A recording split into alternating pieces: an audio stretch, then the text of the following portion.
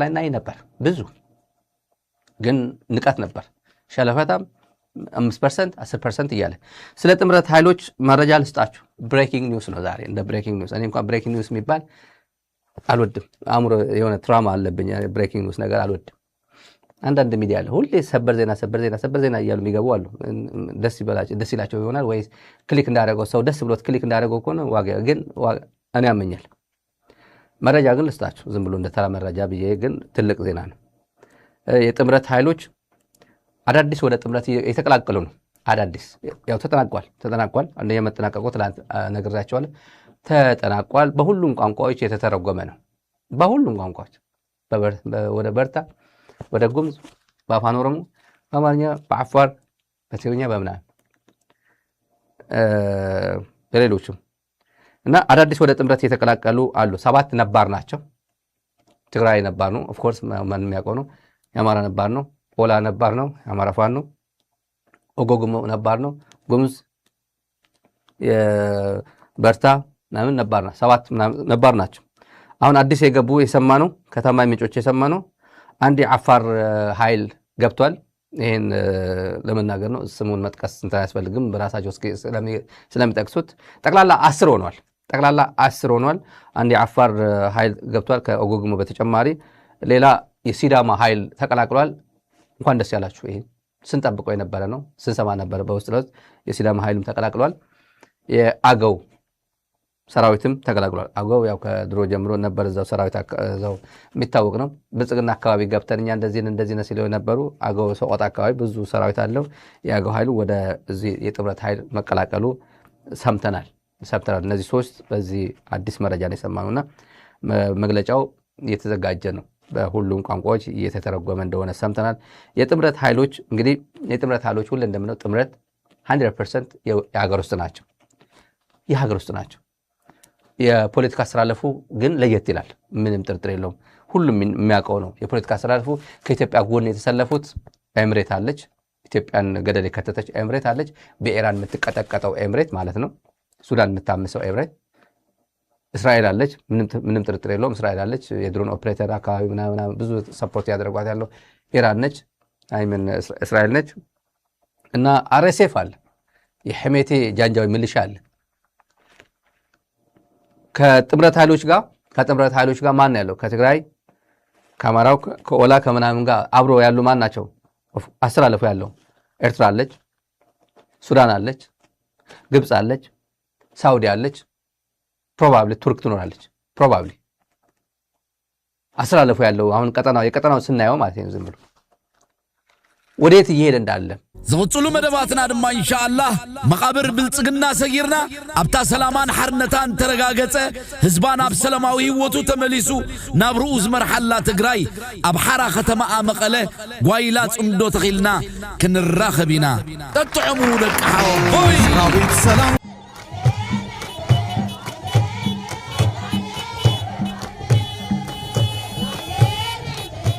ኣብ ሃገረ ኤርትራ ንሱ ዞባ ሰንዓፈ ዝመጹ ኤርትራውያንን ካብ ትግራይ ወረዳ ጉለመኸዳን ከተማ ዛላምበሳን ዝመጹ ነበርትን ብሓባር በዓል ማርያ ኣብ ከተማ ዛላምበሳ ኣብዒሎም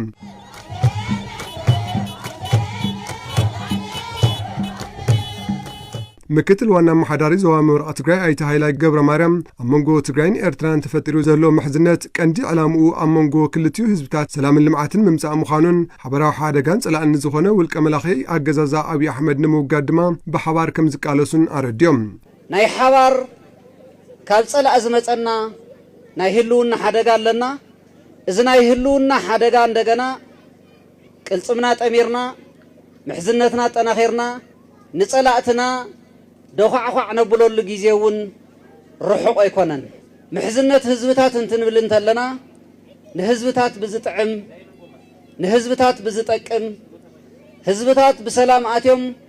ብሰላም ወጽዮም ብሰላም ዝኣትውሉ ኩነታት ከነመቻቺ ህዝብታት ርክቦምን ምሕዝነቶምን ኣጠናኺሮም ክኸዱ ከም ዘለዎም ኢና ንሰርሕ ዘለና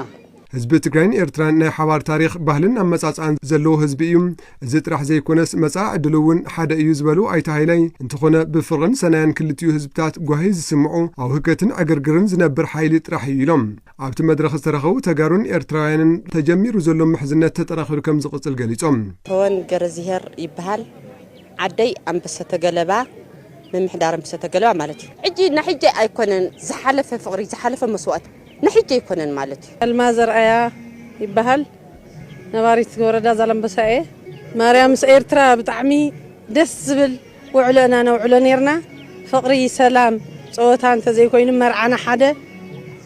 ሓዘንና ሓደ ኮይና ኣና ሕሊፍናዮ ዛይድ ሃይለ ይበሃል ወማጤ ኣንበሰተ ገለባ ኣነ ናብዚ መጺና መዓልና ሸንዳ ብሓቂ ፍናን ይስምዐኒ ንምንታይ ንሕና ትግር እዚ ጉሎ መኻዳ ዛላምበሳን ኣብዛ ህጅሎም ማዓንቲ ዕለት ውዕልናያ ዘለና ኣሸንዳ ብሓበን ብደስታ ብጽቡቕ ሓበን ይስምዐኒ ካብዚ ጅመርና 14 ግዜታት ርኽብታት ተካይድና ማለት እዩ ኣብ ማሕበራዊ ኖሮ ኣብ ዕዳጋ ኣብ ንግዲ ኣብ ዝተፈላለዩ እንትኸውንቲ ይጠቅም ዝኾነ ኩነታት ብትዝደልየ ዘይኮነ ስልዕሊ ሰለለይ ዝኸይ ዘሎ ትጽምሮ ንኽልቲኡ ህዝቢ ሓደጋ ህልውና ዝኾነ ጸላኢ ንምውጋድ ብሓባር ከም ዝቃለስዎ ድማ እቶም ነበርቲ ገሊጾም ንሕና ጠቕላላ ብሰላም ኢና እንደሊ ሰላም ብሓደ ኮይንና ህዝቢ ትግራይን ህዝቢ ኤርትራን ሰላም ኮይንና ንኽነብር ንልምዓትን ንጽግና ንኢና እንደሊ እሱ ኣይኾንን ዝበለ ከዓ ሓባር ኮይንና ዝኾነ ነገር ዝመጸና ከዓኒ ብሓባር ጌርና ንኽንምክቶ ከዓ ኣጎንኩም ኮን ዘለና ንገልጽ ብድሮል ሞራልና ክደሃል ደቂ ኣንስትዮ ከም ትግራይ ደቂ ኣንስትዮ በዓል ሸንዳ ኣየካይዳን ንሕና ግን ብወይኑ ስኮንን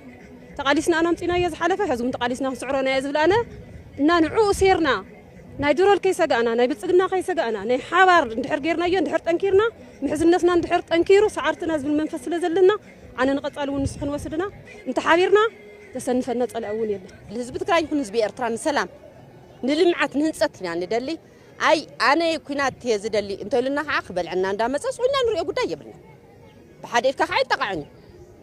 ብሓደ ኮይና ክነጠቃዕ ምዃንና ክፈልጥ ኣለዎ ድሮናት ናይ ድሮን ደብዳባት ጻድቃን ከም ዝመርሐ ሰሚዕና እዚ ተኣምር እዩ እዚ ሰሚዕና ጥራሕ ኣይኮነን ብደንብ ብመርትዖ ኣረጋጊፀ ዝነግረኩም ዘለኹ ጻድቃን ይመርሖ እቲ ቲም ናይ ማፒንግ ቲም ናይ ኦፕሬሽን ቲም ዝበሃል ኣለዎ እቲ ናይ ድሮን እዚ ህዝቢ ትግራይ ብደንብ ክሰምዓኒ ይደሊ እዚ ጠቕላላ እዚ ናይ ኣየርን ናይ ድሮናትን ሚሳይላትን ዝበሃል ቲም ክልተ ቲም ኣለዎ ኣብ ላዕሊ ዝመርሕዎ ኮማንድ ኣለዎ ናይ ድሮን ኮማንድ ኣለዎ ይብለካ ነይሩ ጀዋር እቲ ናይ ድሮን ኮማንድ ጻድቃን ኣለዎ ማፒንግ ቲም እና ኦፕሬሽናል ቲም ዝበሃል ኣለዎ ይበሃል እዚ ብደንቢ ኣብ ውሽጢ ኮይኖም ዝነገሩና እዩ ጀነራል ጻድቃን ናይ ማፒንግ ቲም ሓላፊ ኦፒ ኮይኑ ዘትኩስ ማለት ንነዘገጽ ኣብዛ ከባቢ እዚኣ ክእከቡ ይኽእሉ እዮም ኣብዚ ከባቢ እዚኡ ከም ዝበለ በዝሒ ህዝቢ ኣሎ ዝብሉ ብምልኦም ማፒንግ ቲም ዝመርሕ ጻድቃን ምዃኑ መረዳእታ ጭቡጥ መረዳእታ ወፂዕና ኦፕሬሽናል ቲም ባዕሎም እዮም ምስቶም ናይ ደገን ናይ ውሽጥን ዝበሃል ቴክኒካል ሰባት ዘምፅዎም ኦፕሬሽናል ቲም ኣሎ ከምዚ ኮይኑ ኣሎ ኣብዚ ደረጃ እዚ ኣለና ኣብ ትግራይ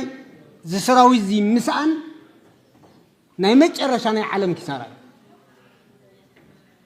እዚኦም ምዃና ትመንሰይ ክፈልጥ ኣለዎ ስለዚ ከጠናኽሮ ኣለዎ ክፀባፀብ የብሉ ከይዱ ከጠናኽሮ ኣለዎ ሓደ ሰብ እዚ እዚኣ 100 ዓመት ክትፀንሕ ኢኻ እሞ ክልተ ደቂቃ እውን ይውስኸካ ንፈርም ተትበሃል ትፍርም ዶ ኢለ ተዛሕቶ ኣይፈርምን ሰብ ንምንታይ 110 ዓመት ተፀናሕኹ መን ይፈልጦ ክብል እዩ ህይወት እዚ ዝኣክል መሰስዒ እዩ ነገር ግን ናይ ዕዳጋ ግምት ዘይብሉ ህይወቱ ዝህብ ዘሎ እዩ ክሻብ ህዝቢ ነዚ ክነጠናኽሮ ኣለና እሱ ንበይኑ እንታይ ረብሓ ኣለዎ እሱ ንበይኑ እንታይ ጥቕሚ ኣለዎ እንዲያውም ተጎዳ ኣይኮይ ግን ብናተይ ጉድኣት ዝተለወጠ ጥቕምን ህዝቢ ትግራይ ብዝብል ናይ ህዝቢ ረብሓ ናይ ህዝቢ ጥቕሚ ናይ ህዝቢ ባህጊ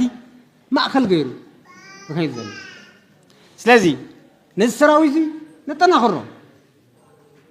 እቲ መንእሰይ እንድሕር ካልኣይ ሸሎን ኮይኑ ወይ ካልኣይ ተኸታሊ ኮይኑ ጎኑ ደው ዘይሉ ተስፋ ክቆርጥ እዩ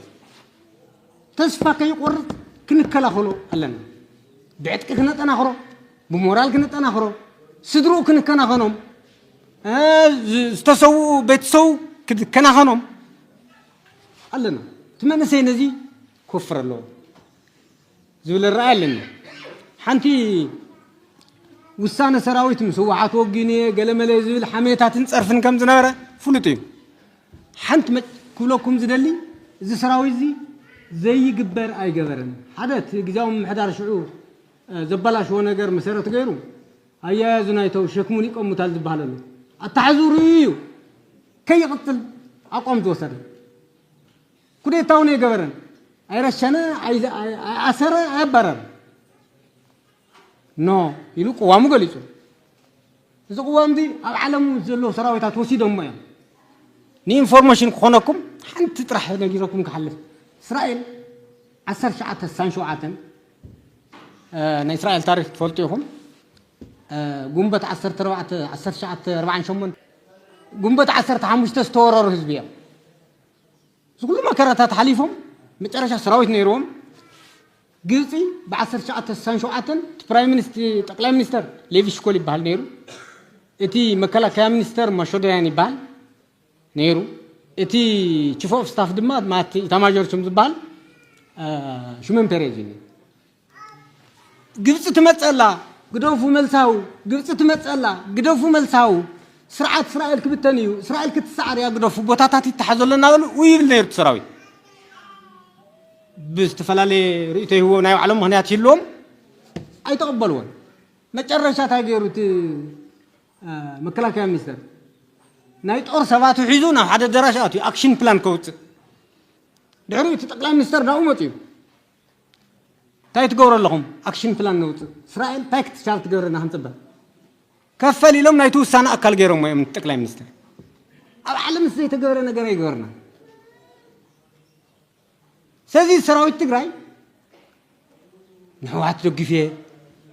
ኩዴታ ገይረ ምምሕዳር ኣባሪረ ካብ ኮር ላዕሊ ናይ ኣቋም መግለጺ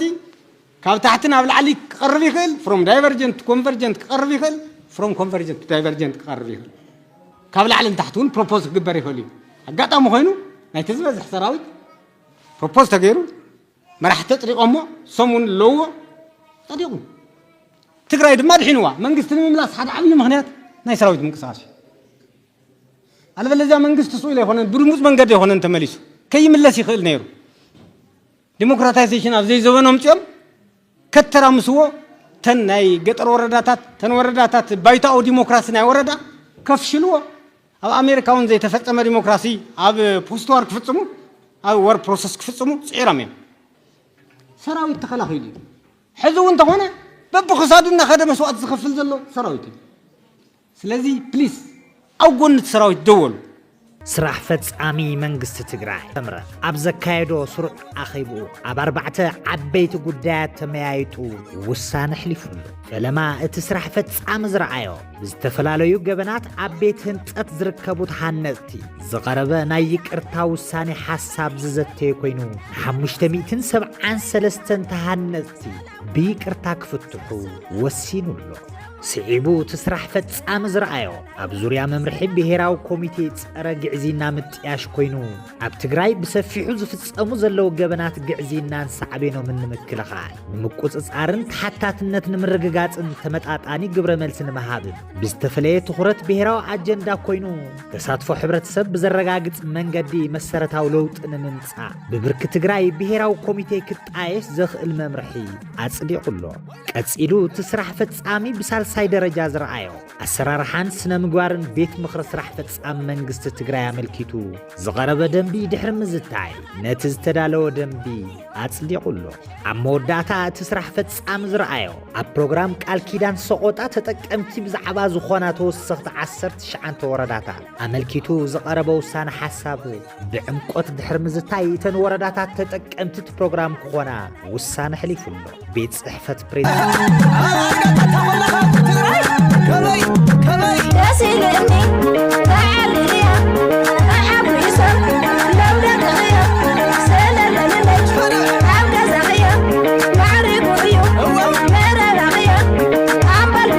ንምንታይ መልሲ ዘይተዋሃበ ሕዚ ንእለት በቃ ክቃፀል ከለኹም ዝክድብድብ ከሎ መልሲ መሃብ የድል ዝብል ፐርሰፕሽን ዘለኩም ኣሕዋትና ከዓ ወታደራዊ ምዃኑ እቲ ጉዳይ ኣይትጠራጠሩ እዚስ ክትርድእዎ እዩ ዝግባእ ክብል ደልየ ወታደራዊ እተው ያ ተቃለስ እንተተዋሂሉስ ሰራዊት ይኻአቱ ህዝቢ እዩ ደቁ خسلف ማለት ለዚ እቲ ኩነታት ጀሚርና ንድሕሪት ከም ዘይቅልበስ እቲ ኩነታት በሐንሳብ ምስ ጀመርና ይኹንውድኦ ብንኽለሉ ደረጃ እንተ ዘይተቀናጅዩ ባንክን ታንክን ሒዝ ዝቃለሰካ ዘሎ ስርዓት ከጥፋአካ ዝቃለሰካ ዘሎ ስርዓት ኣብቲ ንኽእ እንዳበልካ ካብ ስሩ ክትፍንቅሎ ክተጥፍኦ ኣብ ዘይትኽለሉ እዋን بخمز عين الجمر قدف زخون كم زي كنا إيه حبركم زدلي በቅድሚያም ሰበር መረጃ ጠቅላይ ሚኒስትሩ ከህዝብ እይታ ከተሰወሩ 3 ሳምንታት እየሞላቸው ነው። በመጨረሻም ጠቅላይ ሚኒስትር ዶክተር አብይ አህመድ መሰወራቸው እየተነገረ ባለበት አሁን በይሳት በተባበሩት አረብ ኤሚሬትስ የሚገኘው የጠቅላዩን ኬዝ ያዙ ሐኪም እንዲህ ሲል ይናገራል። Hi everybody, I'm Dr. Muhammad Hassan. Diseases like chronic disease of diabetes, hypertension, ሰውንም አይሞት የለም ለሀገር መሞት ግን ክብር መሞትን ማስቀረት አይቻልም። ጊዜውን ማርዘም ማሳጠር ነው የሚቻለው። እዚህም ብዙዎችን ጉዳይ ተያይዞ በርካታ መረጃዎችን እያሰራጩ ሲሆን ጠቅላዩ አሁን ያሉበትን ሁኔታ ጨምሮ በጣም ቅርብ ከሆኑት ዳንኤል ክብረት የተገኙትን ምስጢራዊ መረጃዎችን አጋራቸዋል። አሁን በተሰማ መረጃ ጠቅላይ ሚኒስትሩ በገዛ ፈቃዳቸው ከስልጣን መልቀቃቸውን አሳውቀዋል። ሰበር ዜና ተሰምቷል። ያቀዱትን ሀገራዊ ግብ ማሳካት ባለመቻላቸው ብቻ ሚኒስትር ከነሙሉ ካቢኔያቸው በጅምላ ስልጣናቸውን ለቀዋል። እዚህ ጮቤ እየተረገጠበት ባለበት ሰዓት የጠቅላይ ሚኒስትሩ ስልጣን መልቀቅ መላው ዓለምን እያነጋገረ ይገኛል። በዚህ ጉዳይ በርካታ ዓለም አቀፍ ሚዲያዎች ጉዳዩን እያራገቡ ሲሆን ምንድነው የተፈጠረው? ስልጣን ለመልቀቅስ ምን አነሳሳቸው? እንደ ኢንጂነር ስመኘው ያሉ ሰዎች የተገደሉት እሳቸው አሜሪካ ሄደው በነበሩበት ወቅት መሆኑና በሐዋሳና ይርጋለም አያሌ ዜጎች በመከላከያ የተጨፈጨፉት ወደ አስመራ በተጓዙበት ወቅት እንደነበር አይዘነጋም። ያን ዕለትም አቶ ጀዋር መሐመድ እንዲገደሉ ወይም እንዲታሰሩ ትዕዛዝ ሰጥተው እሳቸው ወደ ሩሲያ ሄዱ። የታዘዙት ሰዎችም ጨለማን ተገን አድርገው ወደ አቶ ጀዋር ቤት ሰራዊት ሄደ። በዚያኑ ሌሊት የነበረውን የወታደሮችን አመጣጥ የሚያትተው የአቶ ጀዋር መጽሐፍ እንዲህ ይላል። የፌዴራል ፖሊሶች ወደ ቤቴ በሚወስደው ብቸኛ መንገድ ሲመጡ የታጠቁ ሲቪሎች ደግሞ በሰው ግቢ ውስጥ በጓሮ በኩል ለመግባት ሞከሩ። ጠባቂዎቼ አመቺ ቦታ ይዘው ሲጠብቁ ስለነበር የፌዴራል ፖሊሶችን ሲያስጠነቅቋቸው ቆሙ። ሲቪሎቹ ግን አቅጣጫ ቀይረው ወደ ቤቱ ለመግባት መሞከራቸውን ቀጠሉ። ጉዳዩን ለማጣራትና ለማስቆም የደህንነት ቢሮ፣ የፌዴራል ፖሊስና የሀገር መከላከያ ሰራዊት ኃላፊዎች ጋር ስደውል አብዛኞቹ ያነሱም፣ የተቀሩት ደግሞ የተላለፈውን ትዕዛዝ እንደማያውቁና ምንም ማድረግ እንደማይችሉ ነገሩኝ። ቤቱን የከበቡት ኃይሎች ከተለያየ አቅጣጫ ሰብረው ለመግባት እየሞከሩ ሳለ ቦሌ ሚካኤል አካባቢ የሚኖሩ ቄሮዎች እየሆነ ያለውን ሰምተው ወደ ሰፈሬ መምጣት ጀመሩ። ራቅ ያለ ቦታ ያሉትም ተነጋግረው እየመጡ እንደሆነ ሰማን። ይህንን መጽሐፋቸው ላይ ጽፈዋል። ከዚህ በኋላ ነበር ምድር ቁና የሆነችው። ጠቅላይ ሚኒስትሩ አሜሪካ በሄዱበት ወቅት ኢንጂነር ስመኘው ሲሞቱ አንድ ስመኘው የተባለ ሰው ሞተ እንዳሉት ሁሉ ሩሲያ ሆነው ደግሞ አንድ ጀዋር የሚባል ሰው ሞተ የሚል ንግግር ሊያደርጉ እያሰቡ በሚመስል ሁኔታ ያቀዱት ያ ተግባር አቶ ጀዋር ባሰሙት የድረሱልኝ ጥሪ በርካቶች ተገድለው ከሸፈ።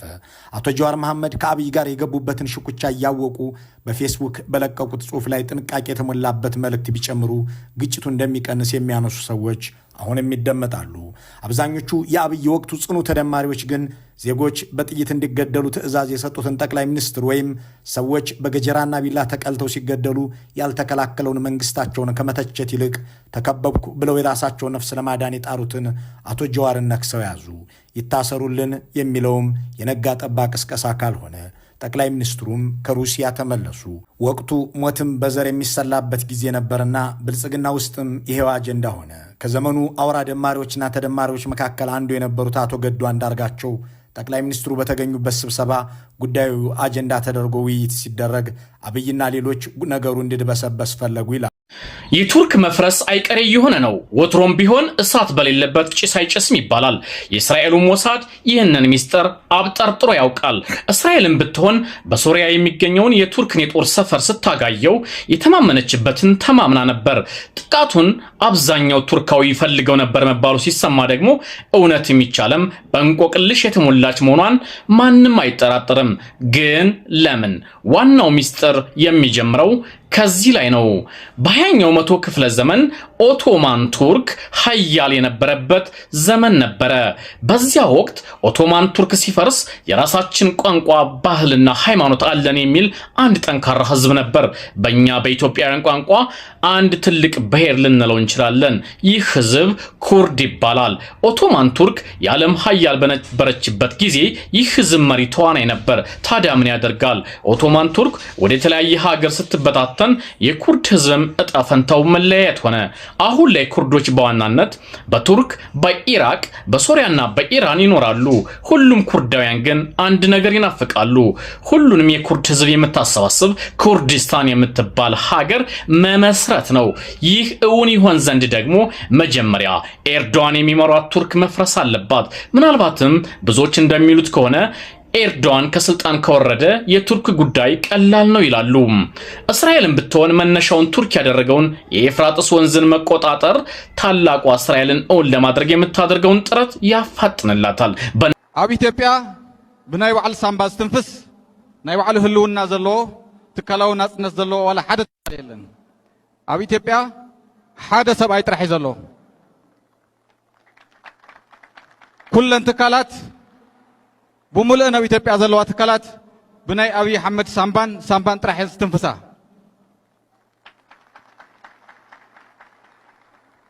عندي علامة نايزي أكوي درامازي حزبهم حران حزب تقرين كم ما قول أنا مجيء أو كم زخنة ملختي كم محلال في دلي تتحكي زين نهالوه ناي أبي تجارو نحنا كم بايتنا سعدوا بانداتات نولم نأتناتي كعجبون نأتناتي كنصهون هذا جزء أبي أي فلتون ناي أجنيو تشاغريو ويكعنا يم حرائيو إلهم كلتي حزب نمجيجاو نابتي مسأودة وديت زليلهم بمتاو شاف بالحي ناي سنتات كوينهم يوم بخالي جز كعا مريتنا نبيت فردوسيدوم أفراس أبي حمد مخانم دقيمة مرة جاكيس أميم